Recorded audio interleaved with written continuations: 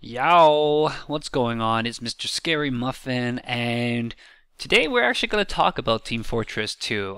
Pardon me, I didn't realize, but I didn't record the sound for this game clip, but you can see I am using one of the new weapons. It is the Vaccinator, and it's a new medic weapon, and basically what happens is that you can toggle between different resistances. You can give your heal target I think 25%. I didn't really check the numbers for this. You can give them either an explosion, bullet, or fire resistance, and you can toggle through them using your mouse 3 or your attack 3 special attack option, which is by default is your middle your mouse wheel button. So it's not scrolling the mouse wheel, but just pushing in the mouse wheel itself. And it's quite interesting. I had a little bit trouble using it because every time I pushed the mouse wheel in, I scrolled the mouse as well by accident. And so I switched weapons while switching resistances. So I eventually just changed it to a button on my keyboard.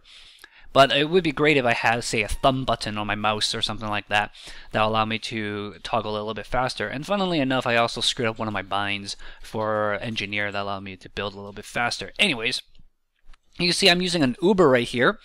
The Uber for the Vaccinator basically increases your resistance to about 75%, I believe. And one of the neat things about the Vaccinator is that you can notice in the bottom right, there are 4 separate charges that you can release at different times. And because when you Uber, you cannot change the resistance you have. You're stuck with whatever you have for 2 seconds. And each of those mini Ubers is a 2-second. You can hold down the right-click button, the Uber button, and then you will have a consistent Uber throughout the entire time you're holding it down. So it's all good. The other thing about the Vaccinator is that it heals people, I think, a quick fix rate, and it also charges up its Uber about Kritzkrieg rate, I believe. The other thing is that when after you heal them up, the buff, the overheal, takes a little bit longer, or it actually takes a lot a bit longer. This is one of the huge things I noticed, is that it takes a freaking long time to buff people. And I thought for a second, ooh, I got a kill. I thought for a second that maybe it was because I didn't get the crit heals on people. Like normally after you take a while, then they will get the heals. Anyways, it took me a while to get used to the Vaccinator. I think it played about 2-3 games before this clip, and I was borrowing the Vaccinator from Fuzzgrunge. So props to Fuzz, he gave me the Vaccinator to use, and I returned it back to him afterwards.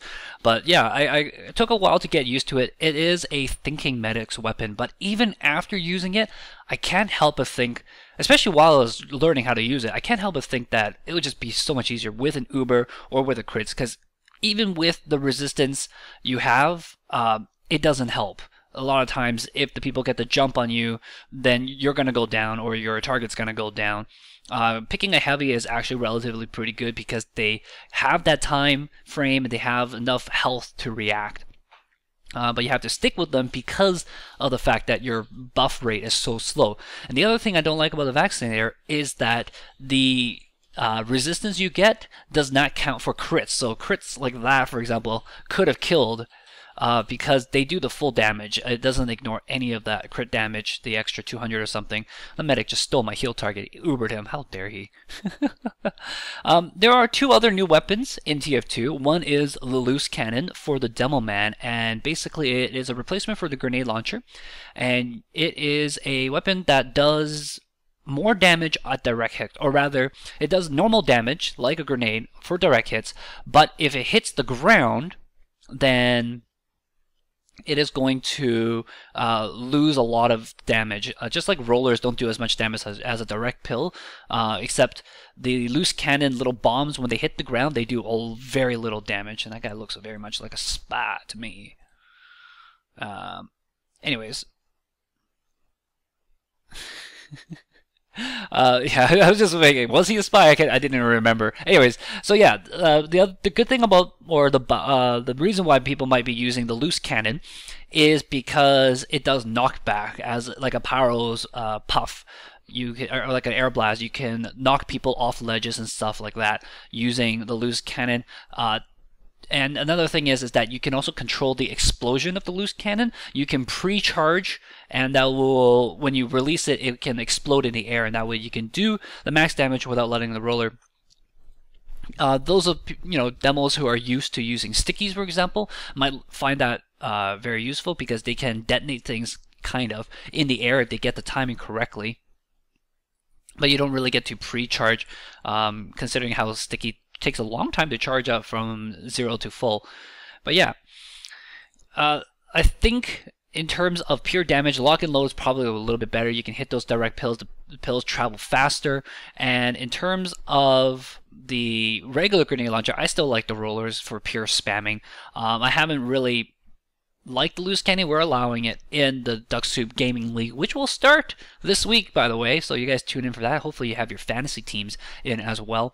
But yeah, loose cannon to me doesn't seem as much as an upgrade. It's more of a side grade. And it's barely a side grade at that.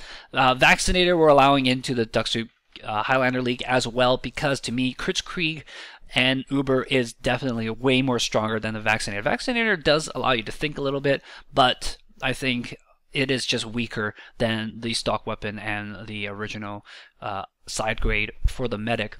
The final weapon that we have is the Engineer Rescue Ranger. And basically it is a shotgun, a primary replacement, that has an additional benefit of allowing you to pick up your sentry using just line of sight. So as long as you can point the gun at your sentry and right click, you can bring that gun over to you at the cost of some metal, 130 metal exactly. And then you can put it down. And to me, the Rescue Ranger is okay. I think it's going to be up to the player whether it becomes a broken item or not, just through the sneakiness, general sneakiness of people in general. But to me, if you're able to get behind the people's line, you can just build your sentry. It's much harder to set up a sentry and then get somewhere that you're behind the lines, but you can still have a line of sight to your original sentry. It gets a little bit trickier, but it does help engineers to do what the name says, to rescue their sentries. If they're ever in a bad spot or if they're away from the sentry, they see a spy running towards it, they can boop, teleport it back to themselves, put it somewhere else. But yeah. So to me, all the weapons seems fine. The Rescue Ranger, however, is banned just because we don't know what kind of craziness people can do.